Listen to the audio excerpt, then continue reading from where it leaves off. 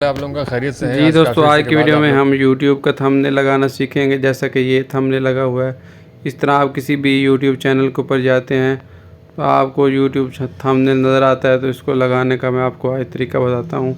बनाने का तरीका मैं बता चुका हूँ, तो अब लगाने का तरीका भी बताता हूँ। सबसे पहले हमें YT स्टूडियो ऐप को ओपन कर लेना है।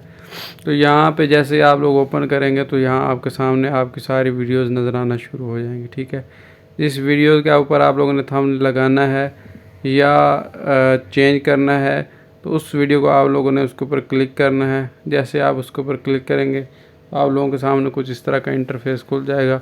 उसके बाद ऊपर आप लोगों के पास पेन वाला बटन है, उसको आप लोगों ने क्लिक कर देना है और उसके बाद आप लोगों के सामने कुछ इस तरह का पेज आ जाएगा। फिर यहाँ पे बाएं तरफ पेन वाला बटन, इसको क्लिक करना है और नीचे आप लोगों के सामने चेंज वाला बटन है, उसके ऊपर आप लोगों ने क्लिक कर देना है और अपनी गैलरी में से आप लोगों ने जो भी आपका थंबनेल बना के रखा हुआ है उसको सिलेक्ट करना है और ऊपर से डन करके सेव कर देना है।